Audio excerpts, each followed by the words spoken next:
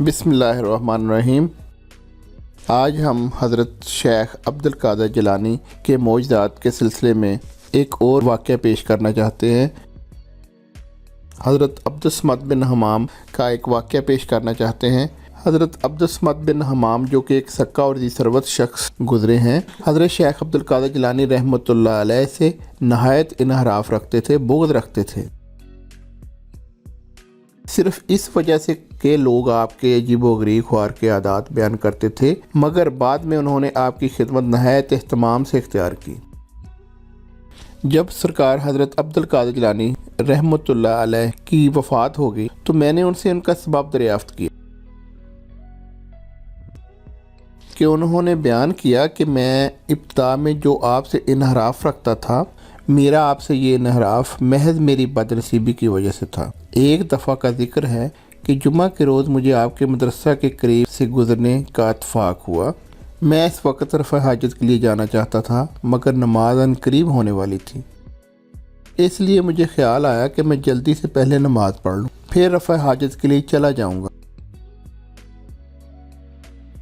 میں مسجد میں گیا اور ممبر کے قریب جگہ خالی تھی، میں اسی کے قریب بیٹھ گیا۔ مجھے یہ معلوم نہ تھا کہ جمعہ کی نماز آپ ہی پڑھائیں، یعنی کہ شیخ عبد القادر جیلانی۔ غرض کے لوگ بکثرت آ گئے اور میں اپنی جگہ بیٹھا رہا۔ گو اس وقت مجھ کو حاجت زیادہ معلوم ہوئی، اس لیے میں رفع حاجت کے لیے اٹھنا بھی چاہتا تھا، لیکن لوگوں کی بکثرت آمد کی وجہ سے اٹھ نہ سکا۔ اس کے بعد مجھ کو معلوم ہوا کہ مجھے حاجت کی شدت ہے۔ اسی اثناء میں حضرت عبد القادر جیلانی رحمۃ اللہ علیہ ممبر پر تشریف لے آئے، جس سے میری حالت اور ہی متغیر ہو گئی۔ آپ کا بغض میرے دل میں زیادہ ہو گیا۔ مجھے اس وقت نہایت پریشانی ہوئی کہ میں کیا کروں۔ علاوہ بری حاجت کی بشدت ہونے کی وجہ سے قریب تھا کہ میرے کپڑے ناپاک ہو جاتے تو لوگوں کو ضرور بدبو معلوم ہوگی اور میرے لیے ذلت و رسوائی کا باعث ہوگا۔ اس مصیبت سے بس میں لقمہ اجل ہی ہو رہا تھا کہ اتنے میں آپ نے ممبر سے 2-3 سیڑھیاں اتر کر اپنی آستین مبارک میرے سر پر رکھی، جس سے مجھے یہ ایسا معلوم ہوا کہ ایسا باغیچہ ہے جہاں پانی بہہ رہا ہے۔ میں نے یہاں استنجا وغیرہ کیا اور وضو کی 2 رکعات نماز پڑھی۔ اس کے بعد آپ نے اپنی آستین مبارک اٹھا لی تو میں وہیں اپنی جگہ ممبر کے پاس بیٹھا رہا۔ اس سے مجھے نہایت تعجب ہوا۔ بعد ازاں میں نے اپنے ہاتھوں اور پاؤں کو دیکھا تو مقامات وضو کی نمی میرے کپڑوں میں موجود تھی۔ اس سے اور بھی زیادہ حیرت ہوئی۔ غرض کہ جب نماز ہو چکی اور میں واپس ہونے لگا تو مجھے اپنا رومال دستی جس میں اپنی چابیاں رکھتا تھا نہ ملا۔ جس جگہ میں بیٹھا تھا میں نے وہاں بہت ڈھونڈا، مگر کچھ پتہ نہ چلا۔ گھر چلا آیا اور اپنے صندوق کو قفل ساز سے کھلوایا۔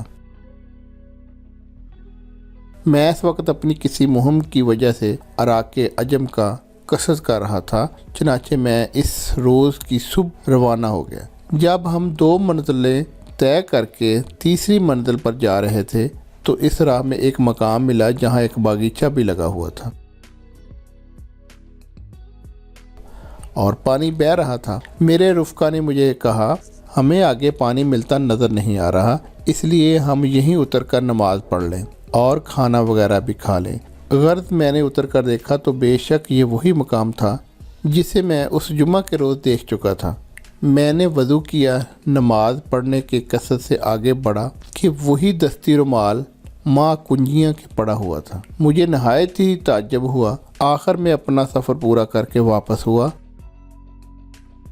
جب میں واپس ہوا تو میرا اصل مقصد یہ تھا کہ بغداد پہنچتے ہی آپ کی خدمت اختیار کروں۔